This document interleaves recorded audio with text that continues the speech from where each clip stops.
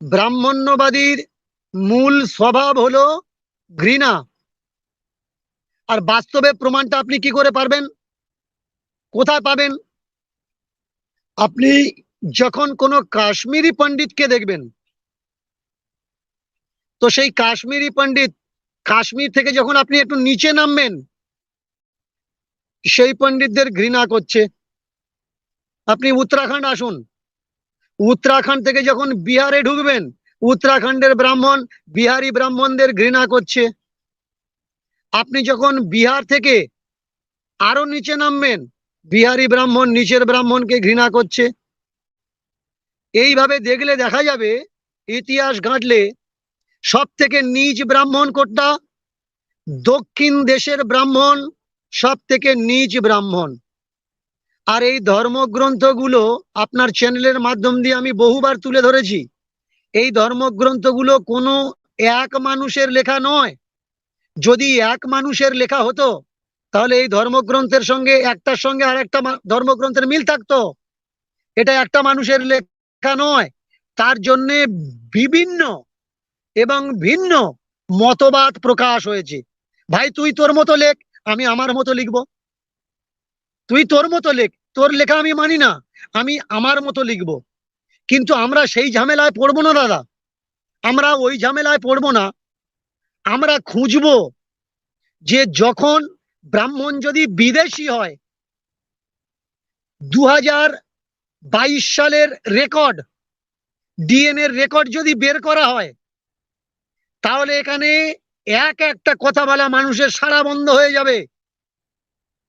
যারা লাপাচ্ছিল ভারতবর্ষ থেকে মুসলমান তাড়াও, মুসলমানদের রাখবো না, মুসলমানদের তাড়াবো, এরা যখন জানতে পারলো এরা নিজেরা ইউরেশিয়ান, তখন এদের আওয়াজ পাল্টে গেল।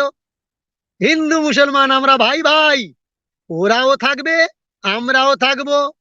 জির্জিয়া করের হিস্ট্রি যদি তুলে ধরা হয়, তাহলে দেখা যাবে এরা কখনো এই দেশের মঙ্গল চায়নি।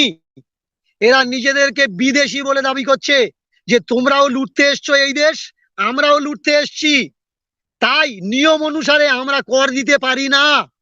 তাহলে তারা আজকের হঠাৎ করে আমাদের সমাজের মাথা কি করে হলো? আমাদের সমাজের তারা ঐতিহ্য সম্পন্ন মানুষ কি করে হলো? এর জন্য প্রত্যেকটা মানুষের আমি বলি, যে যারা তোমরা দীনকৃষ্ণ ঠাকুরকে গালাগালি করছো, দীনকৃষ্ণ ঠাকুরের তুলে ধরা রেফারেন্স মূলক বুকস গুলো অন্তত একবার পড়ো, তারপরে আমাকে গালাগালি করো। কোন একজন শিল্পী এসে গালাগালি করছিলেন যে গৌরাঙ্গ মহাপ্রভুর জন্ম তত্ত্ব নিয়ে উনি কুব্যাখ্যা করেছেন, ওনার মুখ দেখাও অপরাধ। আচ্ছা, দেশ পাবলিশার্স, ভালো করে শুনবেন দাদা, দেশ পাবলিশার থেকে যে বই বের করে ছাপা হচ্ছে গোরা, সেই গোরা বই পড়ে যখন আমি কথা বলছি, তুমি আমাকে ঘৃণা করছো, বলছো ভাবাবেগে আঘাত করছে, তাহলে সেই দেশ পাবলিশার্স এর বিরুদ্ধে তুমি কেস করলে না কেন? একটা এফআইআর লঞ্চ কেন করলে না? যে তোমাদের লেখা বই পড়ে দীনকৃষ্ণ ঠাকুরের মতো বহু মানুষ বিভ্রান্তমূলক দৃষ্টান্ত দিচ্ছে, তাই সরকারের নিয়ম দ্বারা আমরা তোমাদের কোম্পানি বন্ধ করব। এটা তো করছে না। এই কেসটা হয়ে গেল কিরকম? মদ খোলা মার্কেটে বিক্রি হবে, কিন্তু মদ খেলে তুমি অ্যারেস্ট হবে। বিড়ি সিগারেট খোলা মার্কেটে বিক্রি হবে, কিন্তু খেলে তুমি অ্যারেস্ট হবে। ভাই, তোমাদের লেখা এই গাঁজাখুরি বইগুলো তোমরা মার্কেটে ছাপিয়ে বিক্রি করছো, তাতে কোনো অসুবিধে নেই। আর এই বইগুলো পড়ে দীনকৃষ্ণ ঠাকুরের মতো কোনো মানুষ যখন কথা বলে, তখন ভাবাবেগে আঘাত হয়ে যাচ্ছে। বলুন তো দাদা, আমি লাইভে এসে বলেছিলাম, কেমন পিছনে রবিবারে ব্যাস স্মৃতির কথা তুলে ধরেছিলাম, সেখানে যে তুলে ধরা হলো, যদি কেউ গোমাতার সঙ্গে শারীরিক মিলন করে, তাহলে 3 দিন ব্রত রেখে ব্রাহ্মণকে গরু দান করা লাগবে। এটা লিখছে কে? এটা লিখছে পরাশর, তার পরাশর স্মৃতিতে। এবার বলুন তো, গো যদি মাতা হয়, গরু যদি মাতা হয়, কারা গরুর সঙ্গে শারীরিক মিলন করতো? আপনি প্রমাণ দিতে পারবেন? এই নোংরামো গুলো কারা লিখেছে? গরু তো আমাদের মাতা, তাহলে পরাশর জন্মেছে কোন যুগে? পরাশর জন্মেছে সত্য যুগে। তাহলে পরাশর সত্য যুগে জন্মানোর পরে লিখছে শুয়োরের সঙ্গে মিলন, গরুর সঙ্গে মিলন, উটের সঙ্গে মিলন, ভয়সার সঙ্গে মিলন। তখন এগুলো হতো, তাই তো তিনি বিধান দেওয়ার জন্য লিখেছেন যে এই পাপ কাজ থেকে তুমি মুক্তি কি করে পাবে। তাহলে যারা বলে সত্য যুগে চার পাত ধর্ম ছিল, চার পাত ধর্ম, কোনো অন্যায় ছিল না, অপরাধ ছিল না, তাহলে সত্য যুগের মানুষ গরুর সঙ্গে সম্ভোগ কি করে করত, শুয়োরের সঙ্গে সম্ভোগ কি করে করত, মোষ ভয়সা উটের সঙ্গে সম্ভোগ কি করে করতো দাদা? এ তো সত্য যুগ হতে পারে না। তাহলে এইসব নোংরা আমি কেন বলি, আপনি যে বইগুলো আজকে টেনে দেখাচ্ছেন, ওই বইগুলো কারোর বাড়িতে না, কোনো ভদ্র মানুষের বাড়িতে থাকতে পারে না। ওই বইগুলো স্থান হওয়ার দরকার পুরো ডাস্টবিনে, ডাস্টবিনে দরকার ওই বইগুলো।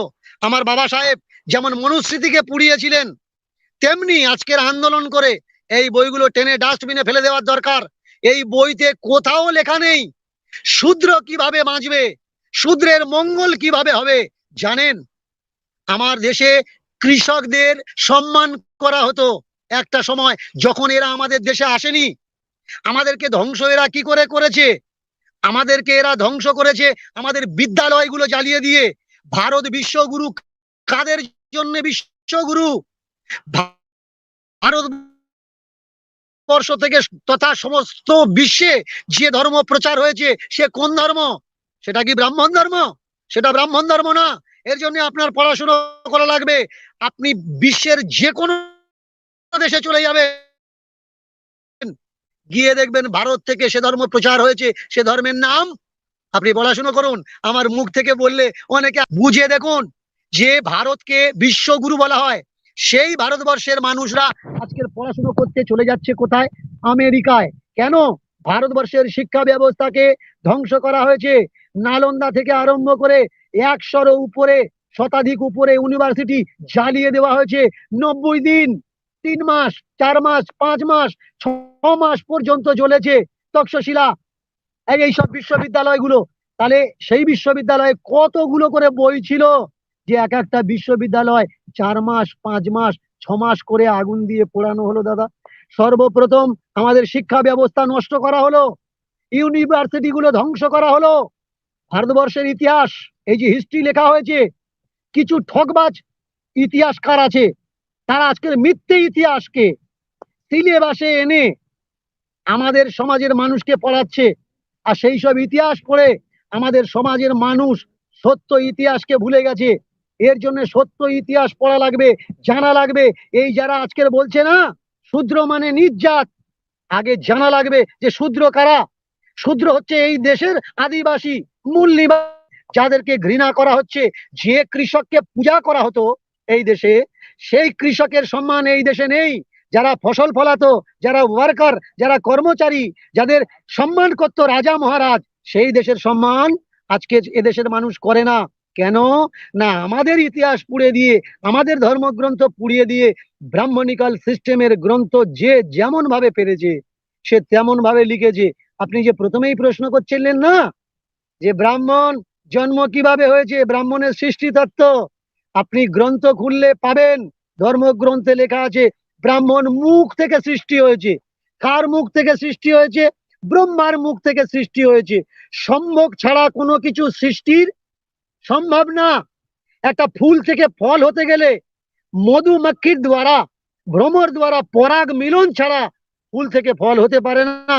মানুষের ক্ষেত্রে একটা নারী, একটা পুরুষ দ্বারা মিলনের ফলে বাচ্চা উৎপন্ন হয়। তাহলে ব্রহ্মার মুখের থেকে যদি ব্রাহ্মণের জন্ম হয়, ব্রহ্মার মুখে সম্ভোগ ক্রিয়াটা করলো কে?